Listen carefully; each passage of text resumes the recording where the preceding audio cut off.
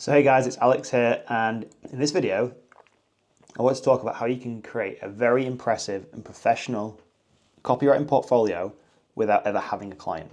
Okay, so as copywriters, if you're looking at starting your freelance copywriting career, number one, you don't need a portfolio.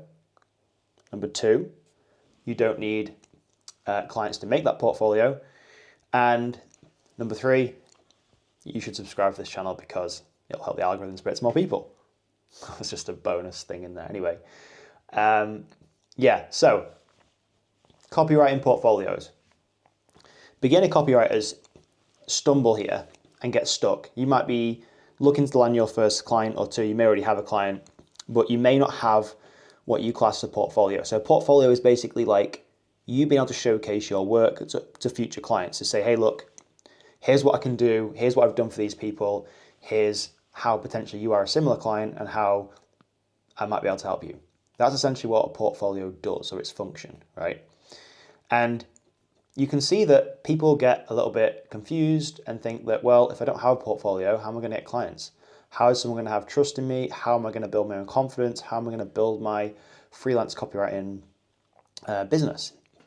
So I want to give you an example in this video and a proven process that you can use today and start creating a portfolio that looks super professional, demonstrates your expertise, and you don't even have to have a track record for this. You could literally create one of these without having any experience, any clients, or anything like that. And what this will do, this will position you as somebody who knows what they're talking about, somebody who can produce results, and somebody who is confident in their work and their skill. So I got this idea from another YouTuber called Ali Abdaal, and he calls it the permissionless apprenticeship. I should maybe come up with a different name for this. But essentially, people think they need to build a portfolio by doing paid work for people, right? So they do some paid work for a client, and then they take that paid work and they whack it in a Google Drive, or they put it in a fancy Canva document. And then whenever a future client is looking at working with you, you would present them to them and say, hey, look, here's all the stuff I've done. And although that is useful, it's not efficient, and it's not really that necessary in today's age. So the permissionless apprenticeship basically gives you permission to go out and do work for free for someone. So how do we do this, right? Because it's all well and good me just saying, yeah, just go and do free work for a client you don't have. But what you want to do, once you've decided what niche you want to go into with your copywriting, say for example you want to go into online education, which is where I focus a lot of my attention, go and follow people in that space and observe what they are doing. Get in their email lists, maybe even buy their low-end products if they sell them, watch their YouTube videos, look at how their funnel is operating. Where are they trying to send traffic? So when somebody watches one of their YouTube videos or you click on one of their ads, excuse me, where are they trying to send people, right? And then from here, you essentially are looking at ways to improve what they already have, right? And you don't need to go and approach them to do this. You don't need to speak to them first or anything. You just literally open up a Google Doc, which is free, and just start writing. Start looking at like, right, what are these headlines? Who are they trying to speak to? Is there a way that I can make this better? Can I improve this offer? Is the pricing relevant to what they're offering? You can look at their VSLs. You can rewrite a VSL. All this stuff, right? Email sequences, everything. And your goal with this isn't to create this portfolio that you can send to the client and give them like your recommendations and stuff. It's more to give you experience for one. So you can get it into your mind of like, right, what can I make? What can be made better here? And then you want to compile that into a document or into however you want to present it, right? A Google Doc is perfectly fine. And this is then your portfolio, right?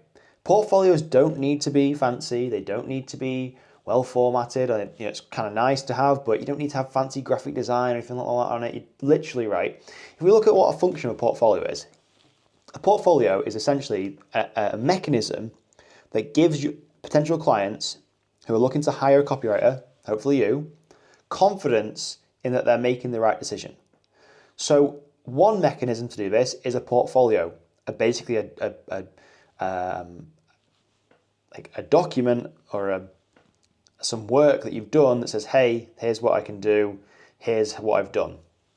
Similar to like a case study or a testimonial, basically is the best form of social proof that you can have, and one of the best ways to get new clients, because essentially the case study and the testimonial, a positive one, is essentially a client that you've worked with saying, hey, this person here, Alex, has done these results for me. And if you're similar, he can probably help you do the same, right? So case studies and testimonials, they're your bread and butter. You always want to be getting case studies and testimonials. But I also understand that some of you want an impressive and professional looking portfolio. And I do have templates for creating portfolios inside my course, there is links in the description below if you're interested in that. But you don't need templates and stuff. You can do this in a Google document that is boring and bland. When you're sending portfolios to clients, or if they ask to see one, I can hands down guarantee they're not going to be reading word for word what you've put in this portfolio. They just want to know that you are confident in what you're doing, you know your shit, and that they can then have confidence in hiring you as a copywriter. That's all they're looking for, right? So don't get hung up on this. Use the permissionless apprenticeship approach, and I can almost guarantee if you commit to this and add a couple of pieces in there, this will form the backbone for helping you land clients when you're next outreaching. If you've got any comments on this sort of stuff, drop them below. Useful links, as always, are in the description to my course. And I will see you in the next video.